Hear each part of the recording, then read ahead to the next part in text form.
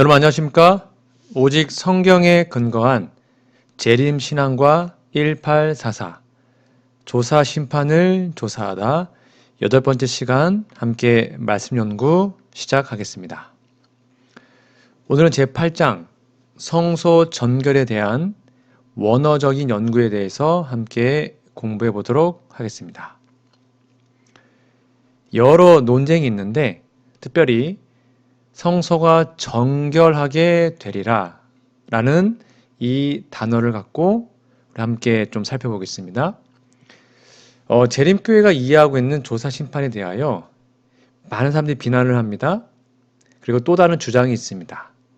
바로 다니엘 8장 14절을 정결하게 되리라 라고 번역한 영어 흠정력이 정확하지 않다는 겁니다. 이 정결이라는 표현은 올바른 번역이 아니라고 말하는 겁니다. 그들의 주장은 그렇습니다. 그 어근이 차다크인데요. 레위기 16장에서 쓰인 정결, 우리는 지금 다니엘서와 레위기를 연결해서 공부하고 있잖아요. 즉 레위기 16장에 나와 있는 그 대속제일의 그 정결에 해당하는 그 원어가 타헤르예요. 그러니까 다니엘서 8장의 차다크와 타헤르는 아무 관계가 없다는 겁니다. 그러므로 그들은 다니엘 8장은 성소 정결에 대해서 언급한 것이 아니고 또한 레위기에 표상된 하나님의 심판과 아무런 관련이 없다고 주장합니다. 좀 비교해 볼게요. 다니엘 8장 14절 그가 내게 이르되 2300주야까지니 그때의 성소가 정결하게 되리라. 정말 중요한 성절이잖아요. 이게 차다크입니다. 히브리 말로. 레위기 16장 30절에 보면 이날에 너희를 위하여 속죄하여 너희를 정결하게 하리니 이 정결은 타헤르입니다. 너희의 모든 죄에서 너희가 여호와 앞에 정결하리라. 이것도 타헤르. 그러니까 한글로 봤을 때는 둘 다 정결이니까 연관이 있지만 히브리 원어가 다르다라고 말하고 있는 것입니다. 자, 그러면 답변을 좀 해볼까요? 이 구절에 대한 다른 성경 번역들을 좀 살펴보겠습니다. 비숍 성경, 제네바 성경, 타베네르 성경, 대성경, 매튜 성경, 코보데일 성경, 위클리 성경 등등 여러 가지 성경책 번역에서 이 모든 성경들이 정결이라고 번역을 합니다. 그래서 최근의 번역본들은요, 이 정결하게 되다라는 번역 대신 올바로 될 것이다. be justified.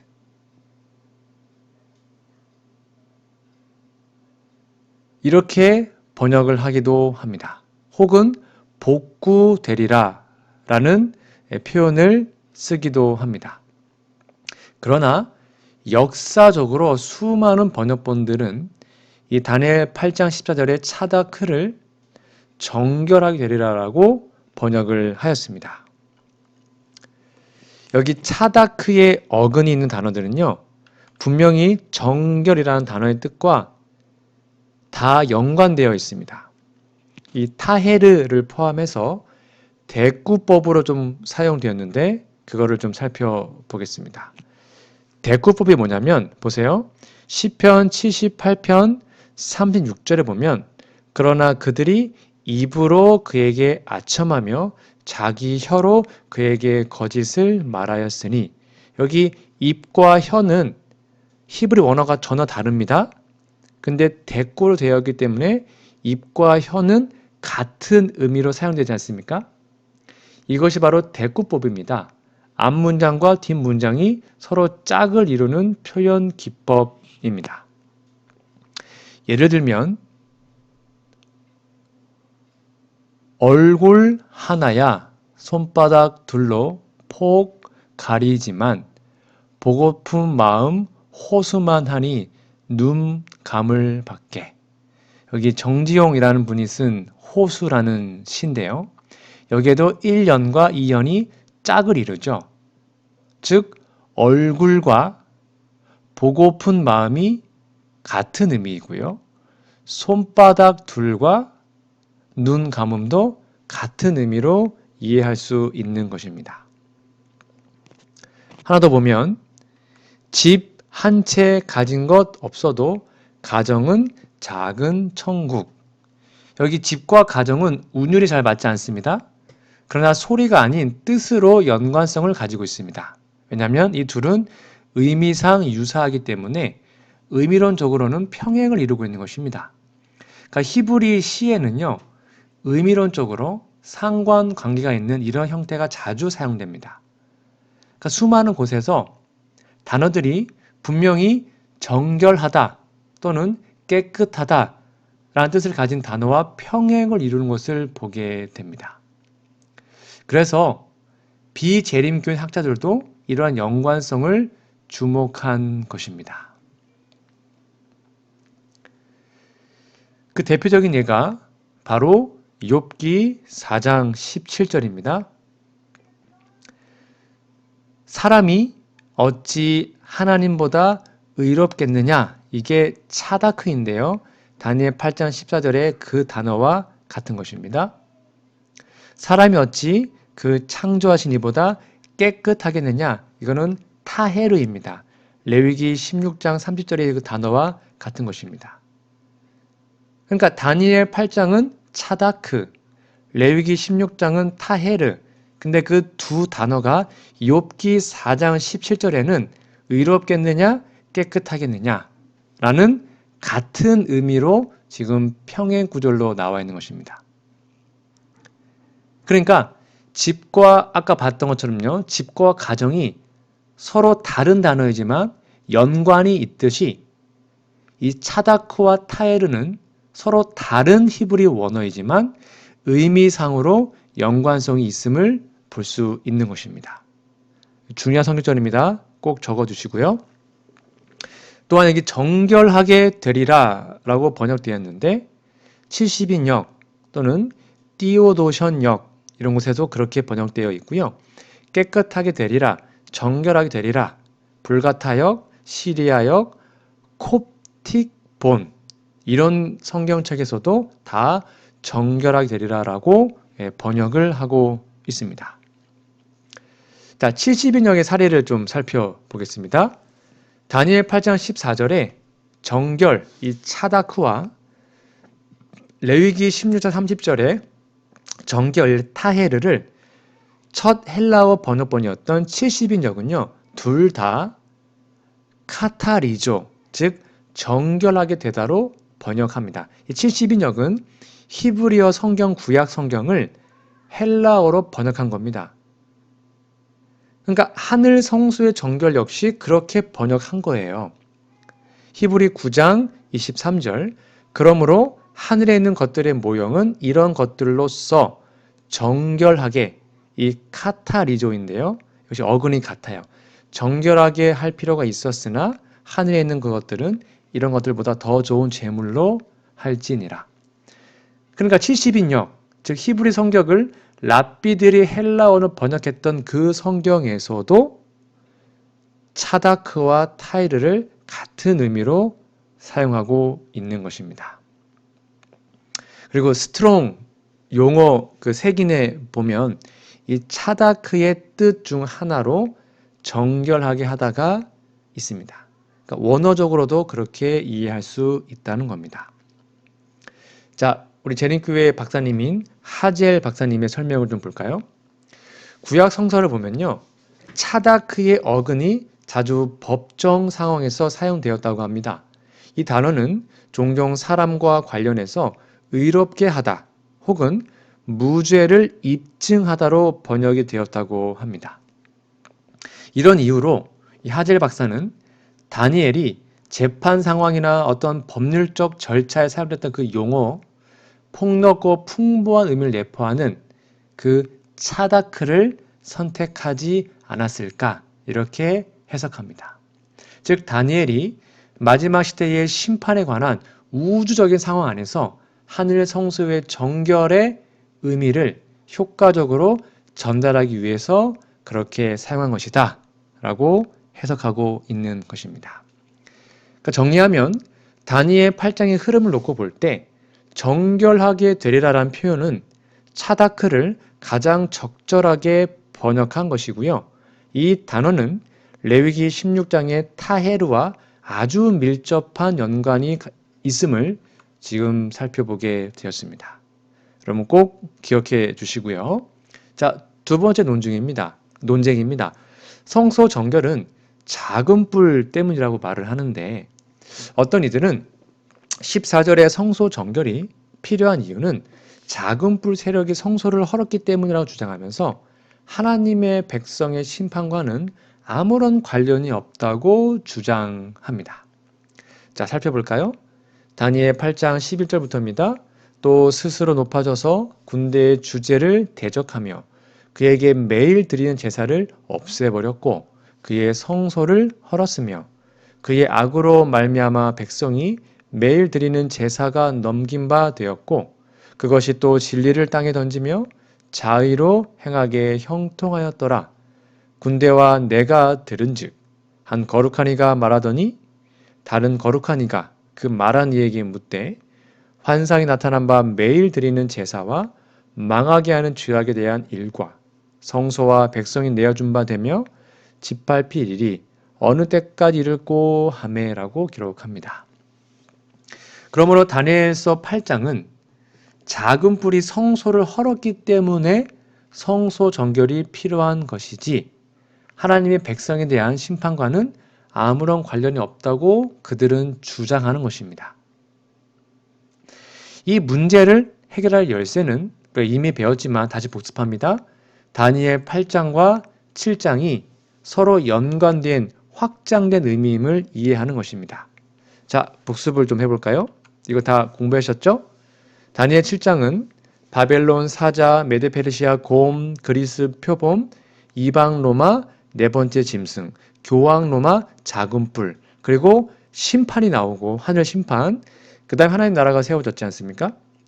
이게 평행입니다. 8장은 메데페르시아가 순양, 그리스가 순염소, 그리고 이방 로마가 작은 뿔의 세상적 활동, 그 다음에 교황 로마는 작은 뿔의 종교적 활동, 그리고 같은 사건을 7장은 하늘 심판이었지만 8장은 성소가 정결하게 된 것으로 표현하고 있습니다.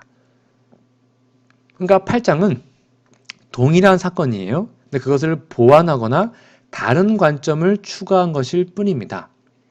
즉 하늘 심판과 성소 정결은 서로 다르게 표현되어 있지만 전후로 일어나는 사건을 비교해보면 두 사건이 동일함을 다시 한번 확인할 수 있습니다. 그래서 두 장 모두 작은 뿔이 성도들을 핍박하다가 이렇게 되었음을 알 수 있습니다. 다니엘 7장 21절 내가 본즉 이 뿔이 성도들과 더불어 싸워 그들에게 이겼다 라고 말하고 있고요. 8장 24절은 그 권세가 강할 것이나 자기의 힘으로 말미암은 것이 아니며 그가 장차 놀랍게 파괴 행위를 하고 자의로 행하여 형통하며 강한 자들과 거룩한 백성을 멸하리라 라고 기록합니다. 이렇게 두 장 모두 작은 뿔이 성도들을 핍박하는 장면이 기록되어 있어요. 그런 다음에 7장은 하늘 심판의 결과로 백성이 권세를 얻고 작은 뿔은 권세가 빼앗기고 멸망을 당하는 것으로 나와 있습니다. 26절 볼까요? 그러나 심판이 시작되면 그는 권세를 빼앗기고 완전히 멸망할 것이요. 나라와 권세와 온 천하 나라들의 위세가 지극히 높은 이의 거룩한 백성에게 붙임바 되리니 그의 나라는 영원한 나라이라. 모든 권세 있는 자들이 다 그를 섬기며 복종하리라 라고 얘기합니다. 즉 심판의 결과로 이러한 통치가 시작되는 것입니다. 결국 심판이 하나님을 대적하고 그 백성을 핍박하는 작은 뿔의 권세를 끝장내는 것입니다. 이것이 바로 하늘 심판의 결과입니다. 8장은 성소 정결의 결과로 작은 뿔은 사람의 손으로 말미암지 않고 멸망되었습니다. 즉 8장에서 작은 뿔은 백성, 핍박보다는요 배도에 초점이 맞춰져 있기 때문에 백성의 권세 얻으면 생략됩니다. 이걸 좀 기억해 주시고 다니엘 8장 25절 볼까요? 그가 꾀를 베풀어 제 손으로 속임수를 행하고 마음에 스스로 큰 체하며 또 평화로운 때에 많은 무리를 멸하며 또 스스로 서서 만왕의 왕을 대적할 것이나 그가 사람의 손으로 말미암지 아니하고 깨지리라. 그러니까 다니엘 8장은 성도들을 핍박한 교황권의 역사보다는 그들의 배교를 더욱 부각시키고 있습니다. 그러니까 작은 뿔은 진리를 피력할 만한 모조품들 있잖아요. 사제직, 고해성사, 미사 뭐 이런 것들이요. 그런 걸 만들었어요. 근데 다니엘 8장에서도 작은 뿔이요. 사람의 손으로 말미암지 아니하고 깨어진다고 확실하게 예언하고 있습니다. 다시요. 사람의 손으로 말미암지 않고 깨어집니다. 이것은 바로 다니엘서 2장에서 손대지 아니한 돌로 인간 역사가 끝나는 것과 깊은 연관이 있습니다. 그러니까 두 장 모두 다니엘 7장, 다니엘 8장을 비교해 보면 심판과 성소 정결, 7장은 심판의 결과, 8장은 성소 정결의 결과로 같은 결과가 온다는 것입니다. 심판의 결과, 성소 정결의 결과가 같아요. 여러분 요 사진 아십니까? 우리 광화문에서 진행된 시복 미사 모습입니다. 이날 집회에서 카톨릭 교인을 비롯한 일반 시민 90만 명이 모였다고 합니다. 작은 뿔은 스스로를 기독교 세력인 것처럼 주장합니다. 약 1000년 동안 거의 모든 그리스도인들이 작은 뿔을 따랐습니다. 하나님께서는 그분의 이름을 고백하고 그분을 따른다고 주장하는 수백만의 사람들이 있었고요. 그들의 이름들은 성소에 있는 하늘의 기록책에 적혀 있습니다.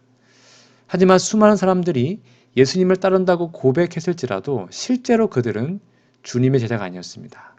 오히려 주님의 대적의 모습으로 살았던 것이지요.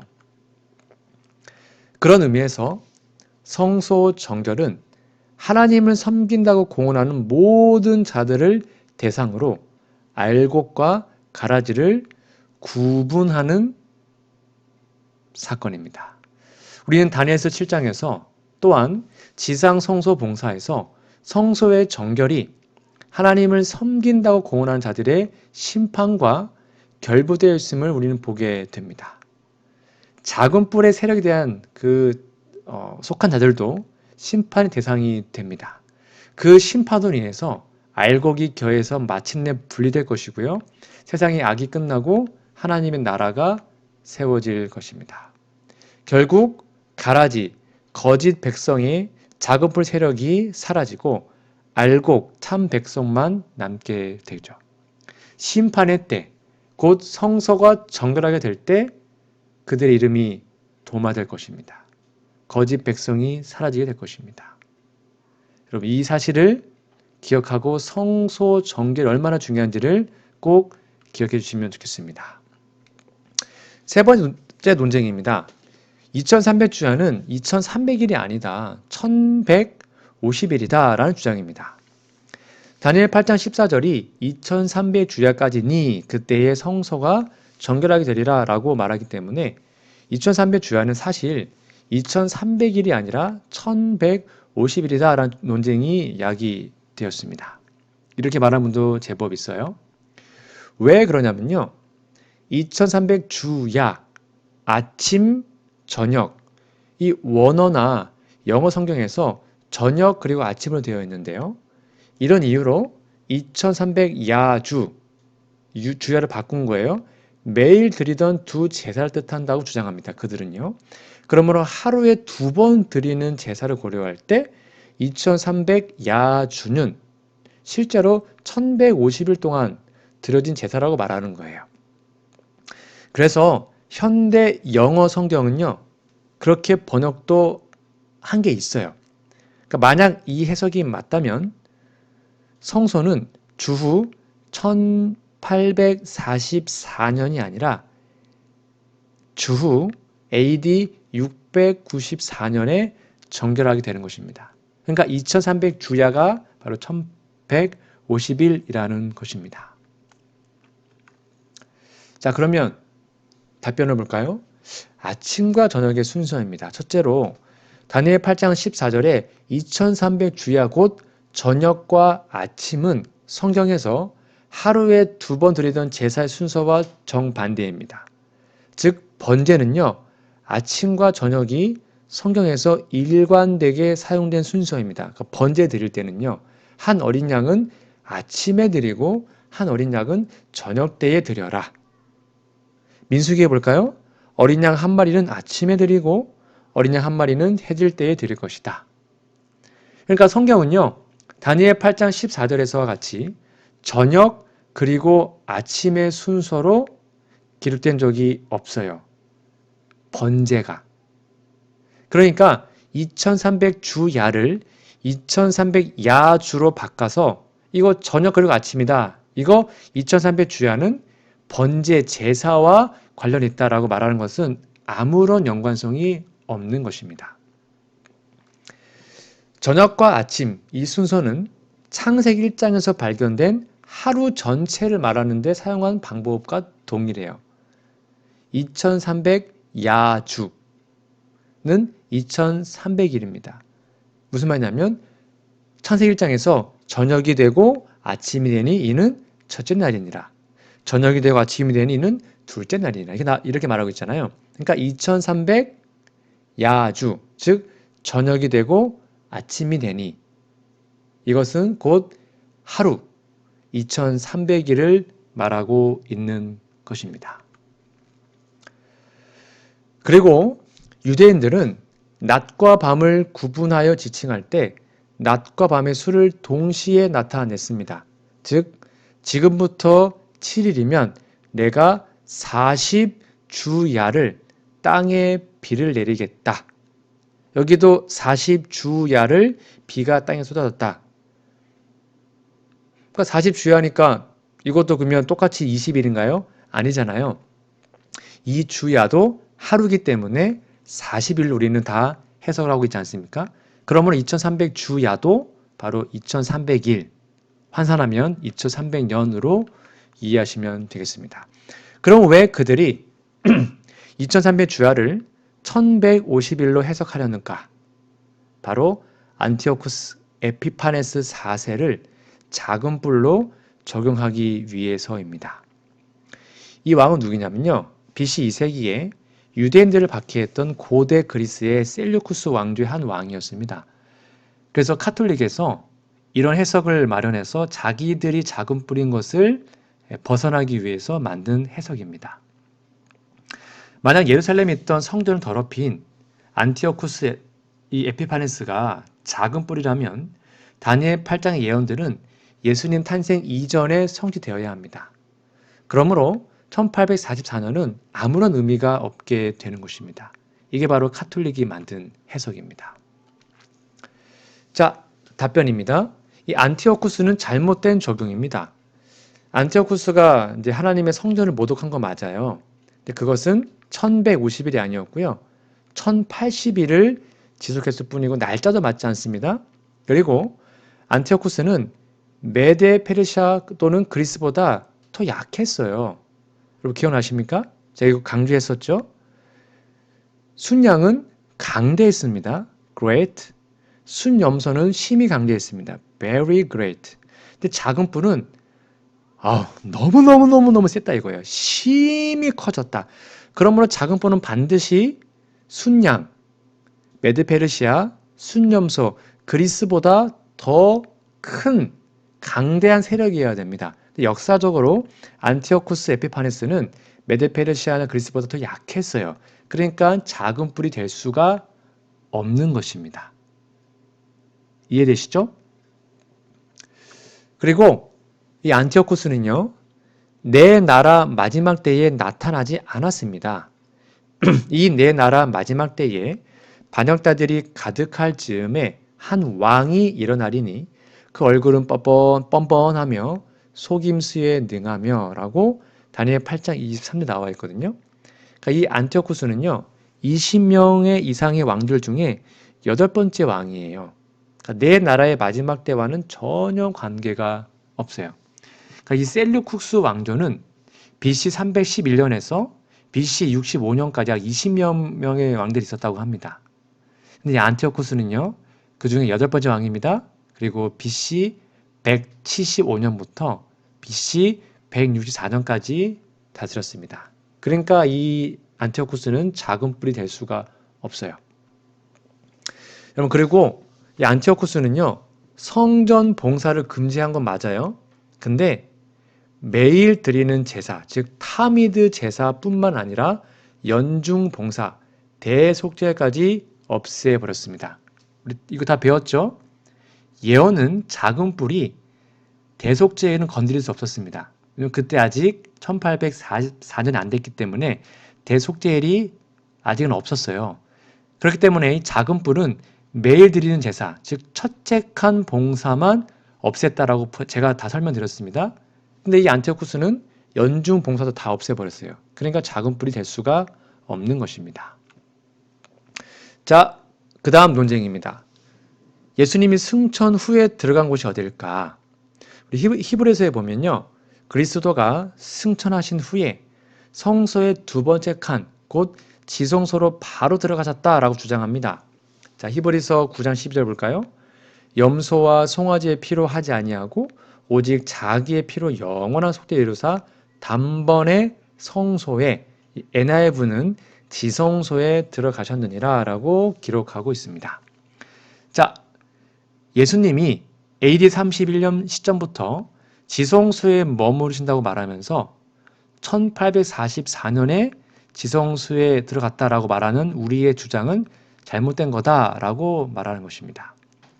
여러분, 여기 보시면 이 단번에라는 뭐냐면 성소든 지성소든 거기에 들어갈 자격을 예수님의 십자가의 단 한 번의 죽음으로 그 자격을 얻었다는 뜻입니다.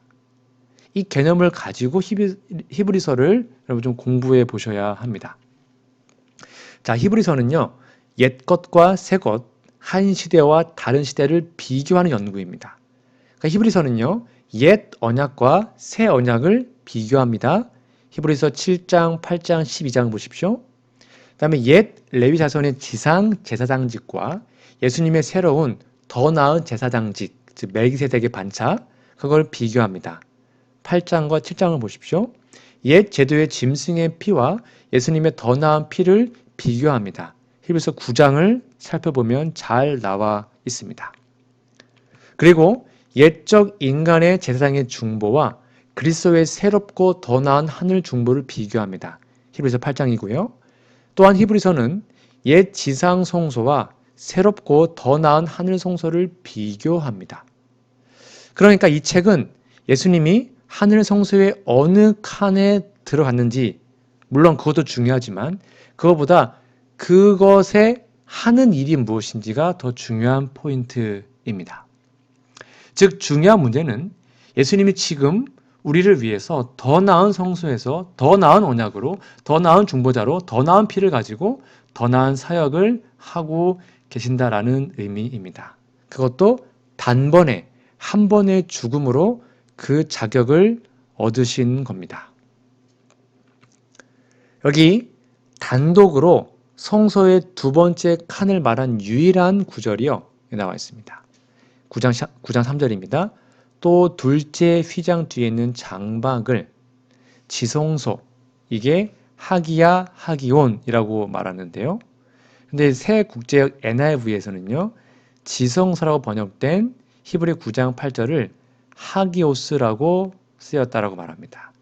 즉, 성령이 이로써 보이신 것은 첫 장막이 있을 동안에는 성소에 들어가는 길이 아직 나타나지 아니한 것이라 라고 말을 합니다.